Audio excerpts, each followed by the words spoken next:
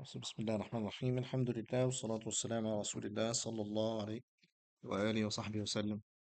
Alhamdulillah, we reached the last session in this series, Introduction to Islamic Sciences conclusion, considering making it into two concluding topics or or somehow, hopefully it's not too much. There's not too much in terms of depth, but a bunch of themes that we'll inshallah try to squeeze in and inshallah we'll break for Maghrib in between. بإذن الله. We'll try to revisit the purpose, remind ourselves of what we were trying to do, which we covered in the first week explicitly and implicitly throughout.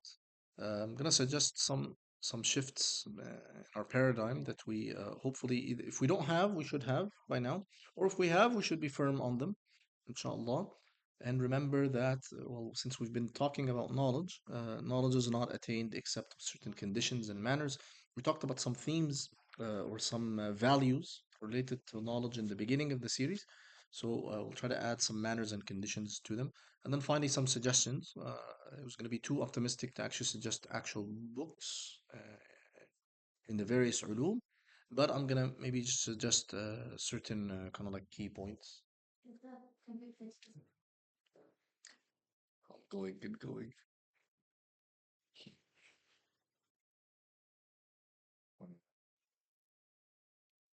When it goes to sleep, it shuts off. Sorry. Yeah, for these four. And then suggestions, inshallah, at the end. uh, with some books and some series they're about ilm in general, but the actual like مثلا علوم Quran, علوم hadith, aqidah, fiqh and so forth, they would have made it so long, and that's why I'm considering maybe two topics, or maybe have a standalone topic if people like to know what some good books are. But I'll mull that over inshallah with myself. So, revisiting the purpose, we started with Hadith Jibreel, which talks about Islam and Iman and Ihsan, because it laid down the foundation for the obligatory ilm that we should all learn, or at least the obligatory topics that we should all learn. While these obligatory topics are what's needed, they point to a bigger knowledge map.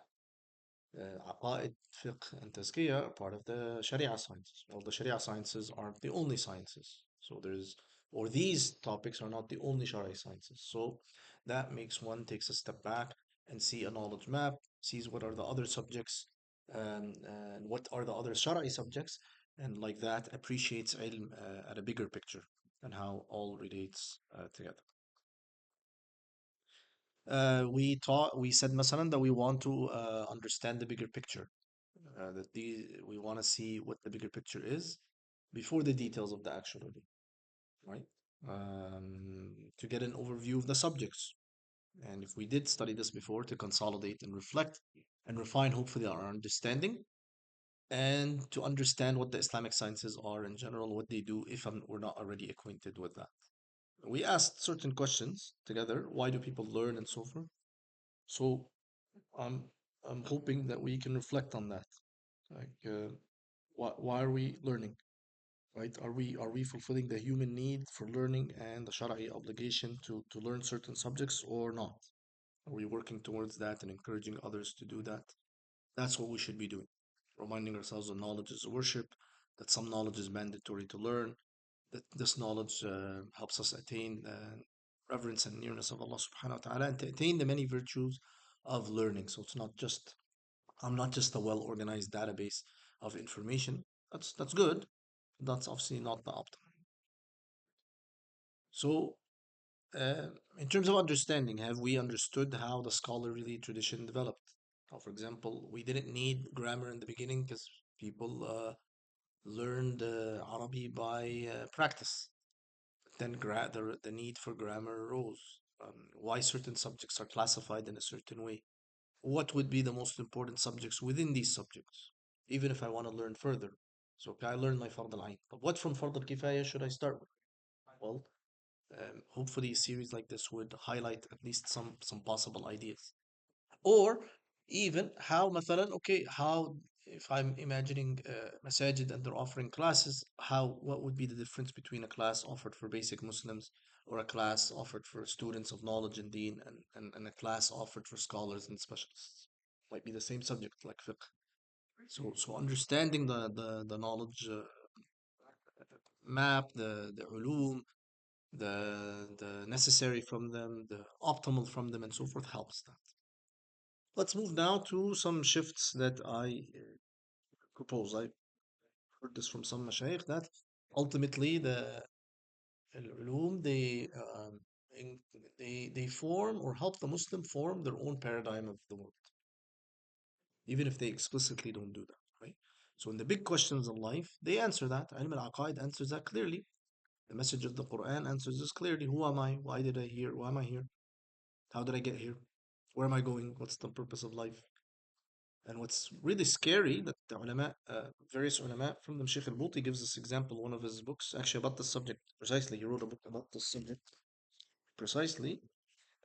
He said, rahimahullah, people are like people that go on a train. Everyone is on the train. No one has bothered asking where they came from and where they're going, but everyone is entertaining themselves on the train. They're ordering food, they're ordering drink, they're they're maybe they're maybe watching something on the, but no one is asking the bigger question: how did I get to the train and where am I going? And that's what life is. That's a metaphor for life. I don't need to be preoccupied with the details while I don't know the big answers. And the Islamic paradigm has clear answers on these big issues, right? They go beyond that to even very important questions that humans have grappled with. What is a human? What makes someone truly unique as a human? What's good? What's bad? How do we know what's good, what's bad? And how to understand the world around me and make it advantageous in a way that's pleasing to Allah if there's a hereafter, and truly advantageous to its wise here. Yeah, go ahead. No? أشهد أن لا إله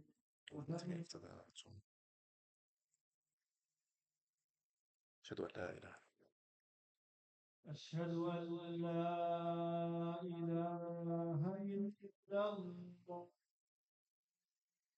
أشهد أن لا إله أشهد أن محمدا رسول الله أشهد أن محمد رسول الله أشهد أن محمد رسول الله أشهد أن محمد رسول الله حي على الصلاة حي على الصلاة حي على الصلاة لا حول ولا قوة إلا بالله. حي على الفلاح لا حول ولا قوة إلا حي على الفلاح لا حول ولا قوة إلا الله أكبر الله أكبر الله أكبر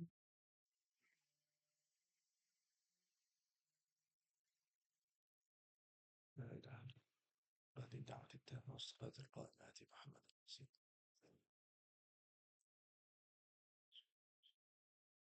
If I go forward, مثلا, okay, people can kind of dismiss this. We don't live in a very religious age.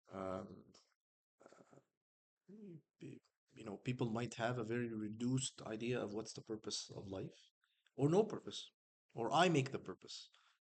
Um, Humans are made of body, mind, emotions, perhaps maybe not a soul, or if there's a soul, I don't know, it just kind of leaves when we die, and that's it, or maybe it reincarnates, or there's a lot of guessing, as the Quran says, "ما لهم بذلك من علم."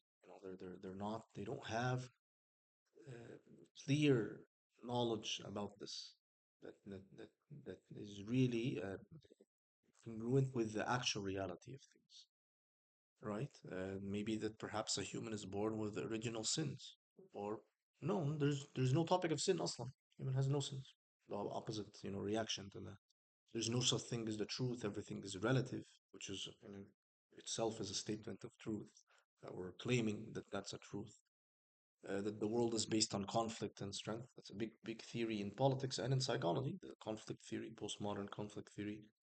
Um, Beneficial knowledge, or the most beneficial knowledge, is mainly rational, like the rationalists would say, or scientific, like the empiricists would say, or technological, like people now want to gain skills and be successful and wealthy.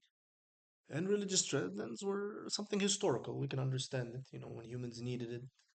But now that we have information about everything, we know the weather, we know how things are, we even know apps where we're exactly at and we're heading. We don't really need religion. Or maybe you just need it as a personal, but we don't need it to function. But should the world be only seen from a functional lens? A Muslim has a different idea. They're created from a purpose. They have a spirit. The spirit is the most honored part in them. The spirit doesn't die, right? It gets rewarded or punished after death, and one resurrects again. There's something called truth. There's something called good. There's something called evil. There's some things we can discern on ourselves, but there's a lot that we can learn from Allah, and we learn from Allah through prophets, and we don't just take anyone that claims prophethood for granted. We take them based on their truth. Allah backed up their truth with miracles. They break the norm. They grab our attention, right? That this world is only transient, and while it's transient, I'm preparing for the next life. Everything here is in a state of submission to Allah, or with the capacity to do so in its fitrah, especially in humans. So humans actually, even in their most wicked state, have a fitrah that can be awakened. I don't know if it will awake or not, but I look at them as a much more honorable way than just from the lens of rights or citizenship or whatever. These things might not be wrong in themselves, but are they the base? You know, the point is not to be exhaustive. The point is to think. The point is to understand that beneficial knowledge is the most beneficial knowledge is from the prophets, not from the philosophers, not from the scientists. It's all good. We have no contradiction. They're all ulum, right? But one should not overlook the most important thing, right? That draws close to Allah. Speaking of close to Allah, draw close to Allah by Salat al-Maghrib, inshallah, and we'll come back after it. بسم الله الرحمن الرحيم الحمد لله والصلاة والسلام على رسول الله صلى الله عليه وآله وصحبه وسلم. Alhamdulillah, continuing on with the concluding session, inshallah. So we talked a little bit about the proper Islamic paradigm. Hopefully that's something that one should try to make notice of, even if one doesn't think of these subjects on this level or whatnot. But should know at least the benefit that ulum are not just scattered information. They truly do affect uh, the way one sees the world and topics around. Uh, there's big difference when someone has a different paradigm, not just in how they see the world, in even how they approach the ulum. For example, one of the examples is مثلا realizing مثلا that some speech is sacred مثلا, realizing that speech has intent, opposite to theories of language now and learning that say مثلا that the author is dead. Uh, Once the author is dead, you become kind of like the author, so you make up the meanings yourself, and that ultimately leads to distorting meanings because now you're not reading the language with the intent of the author. You're reading it with your own aim, even if you're sincere. But that's sincerity here is not the only quality that one should have. One should have a quality of accuracy, right? In understanding language. And then if they understand that language is sacred, a certain language is sacred, they're going to put even more effort. And this is exactly why many of these ulums developed to ensure that that sacred language is conveyed accurately, as the ulama, as we see this, we saw in the series, but as the ulama also teach in the books, that Allah subhanahu wa ta'ala did not just preserve the texts, Allah preserved the ilm. It's found there within a lot of the directions found in the Quran and Sunnah to not just preserve them, but preserve their meanings. Right? So, when Allah promised that the Quran would be preserved, it would be useless if it's just preserved in words and we don't understand the khalas, then it will be a distorted message, and the message wasn't preserved. No, Alhamdulillah, the word of the Quran was preserved, the Sunnah of the Prophet ﷺ was preserved, and the understanding was preserved. And that's not just an effort of accuracy. No, it's because also, alhamdulillah, these people saw the world in the proper way. They saw wahi in the proper way. They saw language in the proper way, and so forth. Quickly, so that we're not taking too much time on this point, I'll read these points. For example, in the current context, مثلاً we find that knowledge and education is reduced to skills, for example, that modern world is distort or understand key concepts like humanity, goodness, fairness, rights. Even many modern Muslims, and maybe we can find this in ourselves, we're trying to adapt Islam to modernism rather than taming modernism by Islam and trying to fit in the context more than actually changing it or improving it.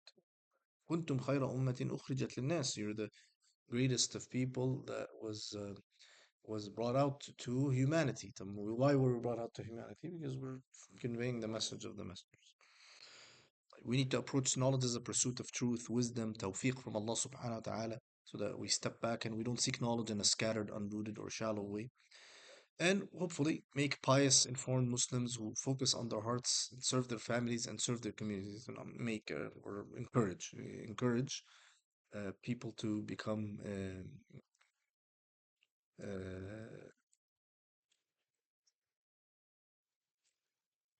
to become those pious Muslims who inwardly are trying to be pious. With family, they're dutiful and they're serving communities. And that's what ilm does and teaches us all these things. Obviously, for it to happen, we need some manners and etiquette and conditions. Allah subhanahu wa ta'ala brought us out in a state of ignorance and He taught us many things. We took these values in session number one, this idea of freedom. People can learn wherever in the masajid had various halaqas. They were all gradual, they were comprehensive, all the ulum were taught, that there was passion conveyed by the ulama and the salihin and the students, and there was high respect for teachers.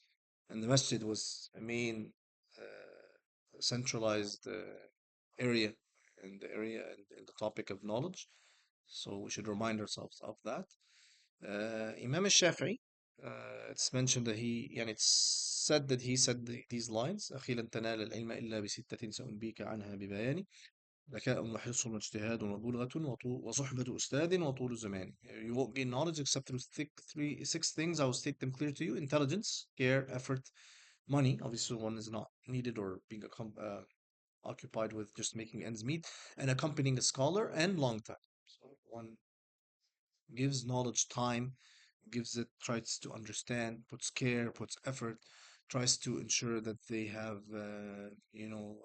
enough means so that they can focus on learning. That's good, and we should try to do that, even if we do that only once or twice a week.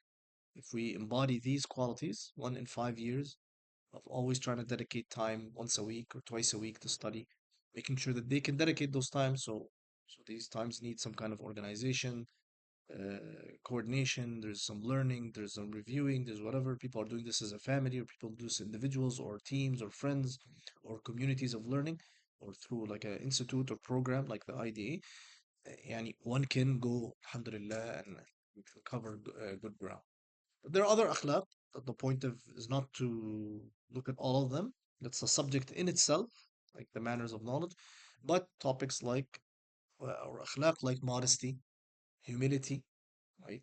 The angels conveyed humility. Allah subhanahu wa ta'ala taught them through Sayyidina Adam. Uh, Iblis conveyed arrogance. Allah subhanahu wa ta'ala casted them out of His mercy.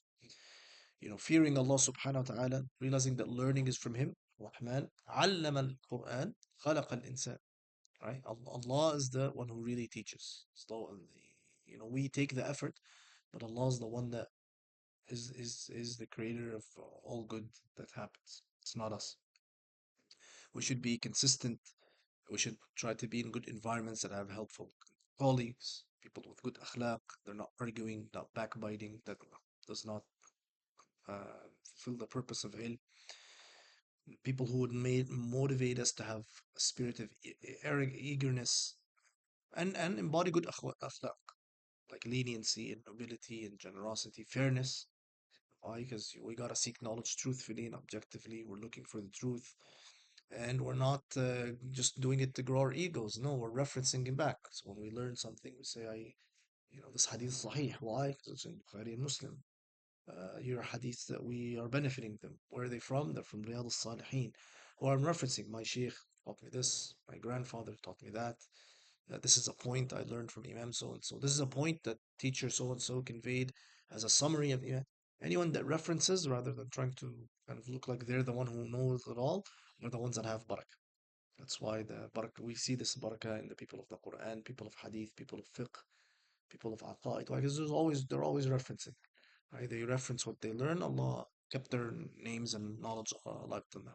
On the contrary, if we deal with the topic of knowledge with ignorance. We're not aware of how to learn, what to learn, how about to go. We we will not attain the optimal learning.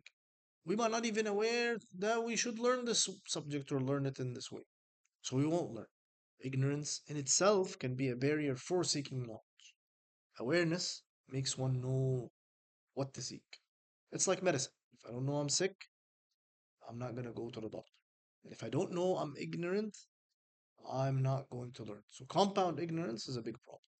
But simple ignorance is not as a big a problem because one knows they don't learn. So they can ask. Right?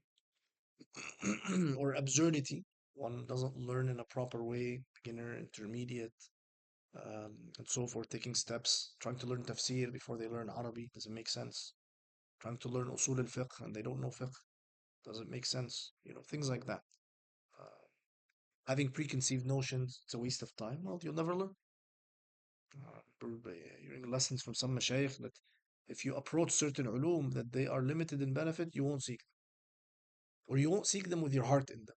So you're just doing it to pass the class, or it doesn't give you its full range. But if you seek the ilm, you know first of all what does it do, and then you know that you can get a specific benefit out of it, and you're seeking it wholeheartedly. You'll you'll inshallah get it. Allah is generous to give you that because they can see Allah can see that in your heart.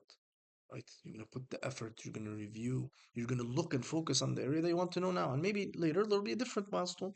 And that's what you'll see. Or arrogance. All these mashayikh and mullahs don't know anything. Everything is outdated. I'm learning to argue, I'm learning to show off. That doesn't benefit. That shows in people's character and it shows in what they really know or not know.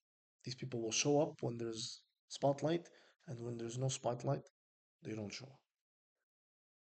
Wasting time and whatever. Yani, the qualities don't have to be all talked about. I think they're all very self-evident here.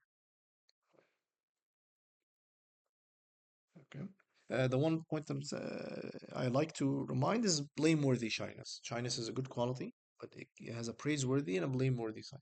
Praiseworthy, مثلا, like the Nisa of the Ansar, the ladies of the Ansar, they were all very modest.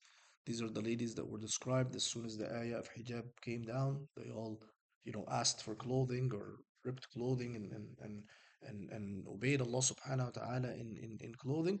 They're the same ladies that, although they were very bashful and modest and whatever, whenever they had questions, they asked the Prophet. ﷺ. So blameworthy shyness is not knowing and not asking. Asking, asking even through people. Sayyidina Ali ibn Abi Talib was a person that always, his physical nature was the pre-ejaculate of his body would come out often. And he wanted to ask about that. But he didn't want to ask about the Prophet ﷺ because he's the husband of her, of the daughter of the Prophet ﷺ. So he asked through someone. He asked. He had the decorum, مثلا, not to ask him directly to respect the Prophet ﷺ, but he still had the answer. Sayyidina Abdullah ibn Umar had a dream, and he knew that the Prophet ﷺ would answer about the dreams of the Sahaba. He didn't want to approach the Prophet ﷺ directly. He asked through Hafsa, his sister. He still asked.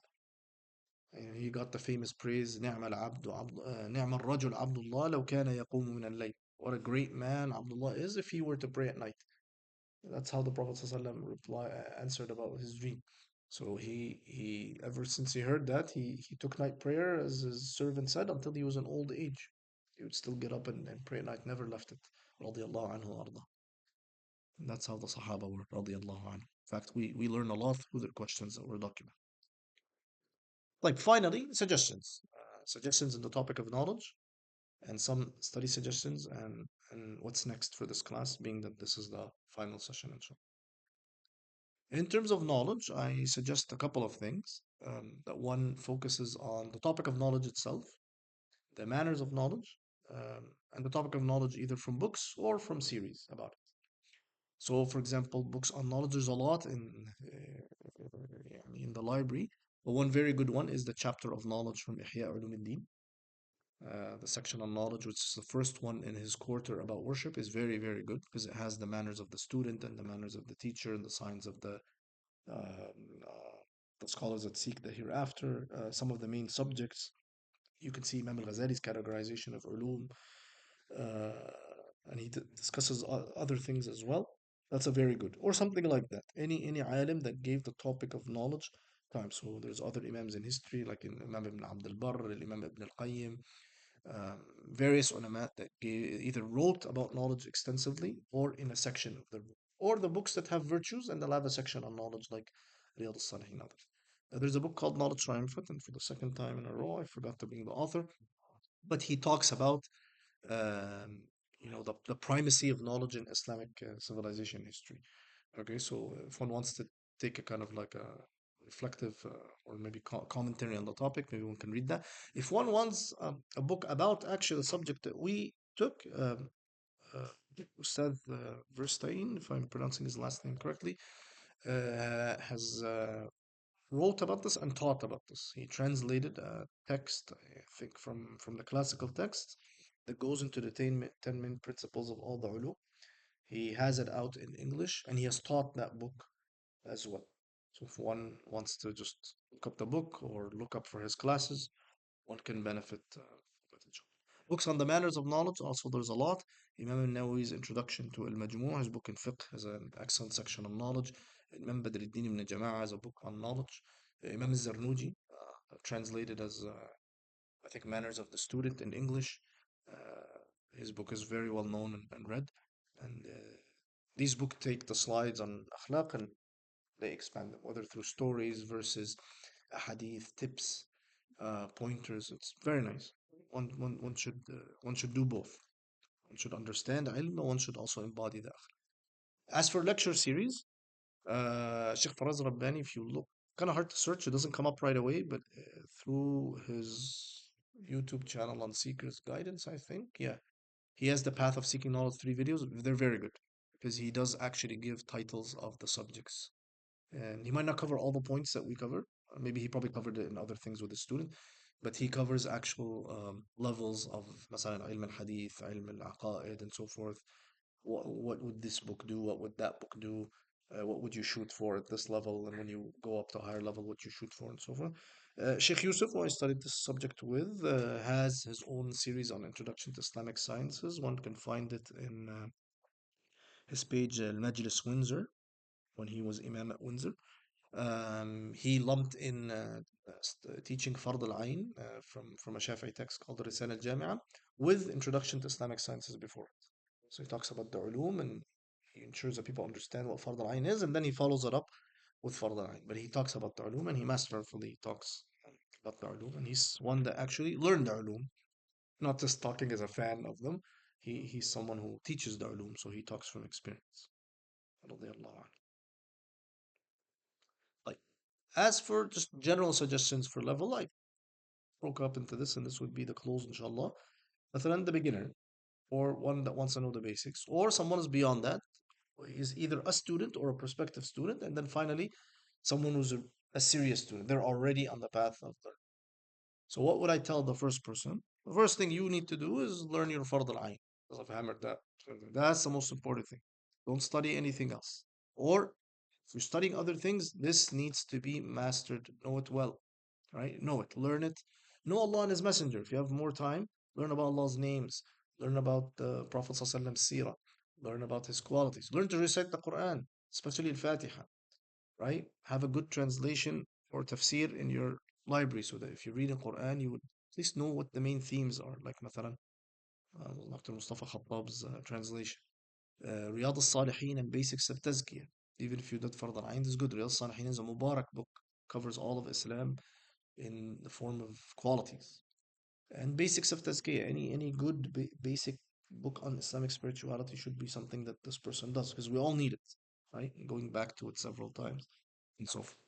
And if you have more himma and time, try to build some vocabulary, at least for Quran and Hadith, so that when you come to various repeated words, you know them. You say A'udhu a lot, learn what A'udhu means.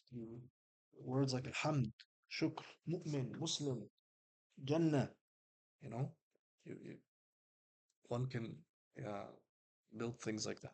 Like prospective student, now no, you should master Fard al-Ain, not just know it. If you studied it, I would highly encourage you to master it, meaning study it again, know it really well. Why? It's فرض العين. If you master it well, it, at least there's three subjects that you've hit well, that if you want to study further, you know much in Aqidah and fiqh, because you at least knew the ibadat and tazkiyah. Now, if you go to a fiqh book, you won't get lost. If you study a fiqh class, if you study Aqidah class, you definitely won't feel lost. And same thing with tazkiyah. But maybe since you're going to be a student, find a study buddy or a group, right? Try to build the habit of reading, don't just be studying, but read as well, whether for motivation or enrichment.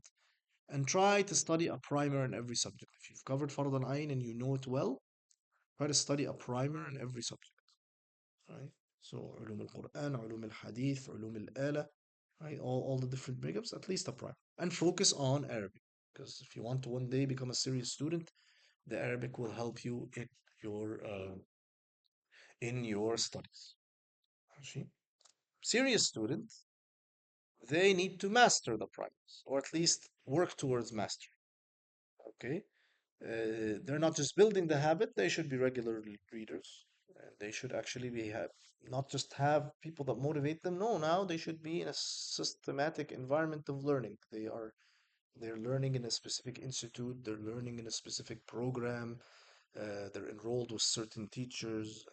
They try to, if they haven't done already, memorize parts of the Quran or memorize all of it. Have a hifz track, even if it takes you 5, 7 years, or master or memorize much of it as you can. Memorize some texts and portions that you need in ilm. Some ulum only get retained by learning certain key terms or certain key texts or parts of these texts at least.